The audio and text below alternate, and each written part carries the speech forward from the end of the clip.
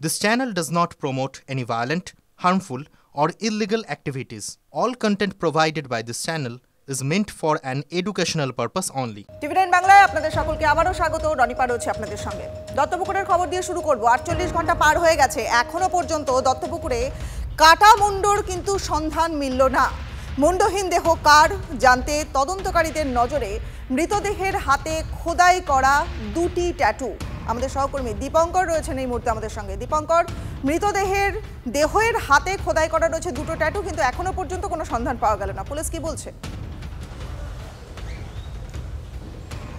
দেখো, পুলিশ গোটা ঘটনা তদন্ত শুরু করেছে এবং এখনো পর্যন্ত কাটামুন্ডু উদ্ধার হয়নি। তুমি জানো যে গতকাল এবং পরশু যে UEM Jaipur is a perfect target for prospective students aspiring for good jobs, good education with future-ready skills.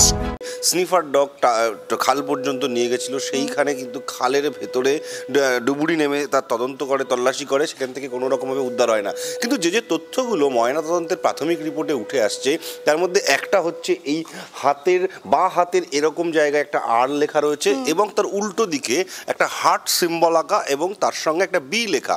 এটা থেকে অনুমান করছেন পুলিশ যে হয়তো আর কিংবা বি দিয়ে ওই ব্যক্তির নাম হতে পারে, আর উল্টো দিকে যে নামটা থাকবে সেটা হয়তো তার গার্লফ্রেন্ডের নাম হতে পারে। এরকম কোনো ত্রিকোণ প্রেম থাকছে কিনা এই বিষয়টাতে, সেটাও কিন্তু মাথায় রাখছে পুলিশের। সঙ্গে ডাক্তারবাবুরা, যারা এই চিকিৎসকরা যারা এই ময়নাতদন্ত করেছেন, তারা অনুমান করছেন ব্যক্তির বয়স হচ্ছে আনুমানিক 40-এর আশেপাশে হবে। প্রাথমিকভাবে পুলিশ যেটা মনে করেছিল কাটা মুন্ডু পেয়ে, মানে তার দেহ পেয়ে যে 22-23-এর মধ্যে বয়স হবে, সেটা নয়, অর্থাৎ কলেজ স্টুডেন্ট বা ইউনিভার্সিটি লেভেলের স্টুডেন্ট এমন নয়। এক্ষেত্রে যেহেতু মাঝবয়সী 40-এর আশেপাশে একজন বয়সী লোক হচ্ছে, সেক্ষেত্রে এখানে বেশ কতগুলো কারখানা আছে, যে কারখানাতে প্রচুর বাইরের মানুষ এসে কাজ করেন। সেটা কয়েক হাজার মানুষ বাইরের থেকে এসে কাজ করেন, যারা বামুনগাছি স্টেশনে নামেন এবং সেই রিজেন্ট গাভর্নমেন্টের সরকারি যে পদ্ধতি আছে সেখানে গিয়ে কাজ করেন। সেক্ষেত্রে সেই বাইরে থেকে আসা লোকগুলোর মধ্যে কেউ কিনা সেটা খতিয়ে দেখার জন্য আজকে তারা চেষ্টা করছেন যে ওই গিয়ে যে যাদের হাতে এরকম ট্যাটু ছিল কিনা, কারোর হাতে এরকম ব্যক্তি ছিল কিনা, এই ধরনের জিনিসগুলো তারা খতিয়ে দেখবার চেষ্টা করছেন। এর সঙ্গে ট্যাটু দেখে সেই ব্যক্তিকে চিহ্নিতকরণের চেষ্টা চলছে। তুমি নজর রাখো। আপাতত অনেক ধন্যবাদ তোমায়। পরে খবরে নজর রাখো। যোগেশচন্দ্র চৌধুরী কলেজ, সেখানে সরস্বতী পুজো নিয়ে সংঘাতের আবহ তৈরি হয় এবং সেই আবহতেই কলেজের পরিচালন সমিতির সভাপতি বদল করা হলো।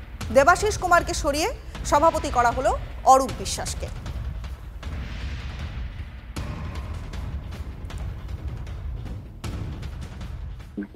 একটা মোটা হাতি ছিল, তাকে সরিয়ে একটা ছোট্ট কম মোটা হাতিকে আনা হলো। আর সবাই তাদের সমস্ত আত্মনিবেদন একজন মহান দুর্নীতিগ্রস্ত নেত্রীর কাছে। আপনি কি পাবেন? আগামী দিনে আরো বড় জিনিস বেরোবে। এরা সমস্ত জায়গায় কাটমানি নির্ভর দলীয় সংগঠন তৈরি করছেন। যাকে আনা হয়েছে তার ভাইয়ের নেতৃত্বে তো টলিউডটা উঠে গেল, প্রায় টলিউডটা থাকবে না। এইসব লোকেদের দিয়ে কি প্রশাসন চলে? পশ্চিমবঙ্গবাসীর দুর্ভাগ্য যে তারা সব জেনে শুনেও একজন নির্মম দুর্নীতিগ্রস্ত অসত্যভাষিনীকে ক্ষমতায় এনেছেন। প্রাত বনাম দিবা বনাম সান্ধ্য, এরকম 2-4টে জায়গায় যদি এই ধরনের কিছু হয়ে থাকে, এর সঙ্গে পুজো হবে না, কোনো সম্পর্ক নেই। উল্টে হচ্ছে পুজো আমরা করব, এই জায়গায় করব, আর এদের বক্তব্য না আমরা ওখানটা করব।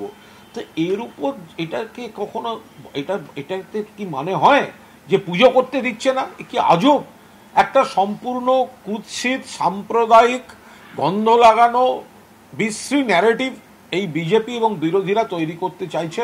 এর সঙ্গে বাস্তবের কোনো সম্পর্ক নেই। তৈরি করা কৃত্রিম, আমি আবার বলছি, আগে তিল থেকে তাল হতো, এখন শূন্য থেকেই তাল আসছে ম্যাজিকের মতো। হাত ঘুরিয়ে তাল, তিল থেকেও তাল আর হচ্ছে না, এখন শূন্য থেকে তাল, গল্প তৈরি হচ্ছে। এই ধরনের কোনো ঘটনাই ঘটে।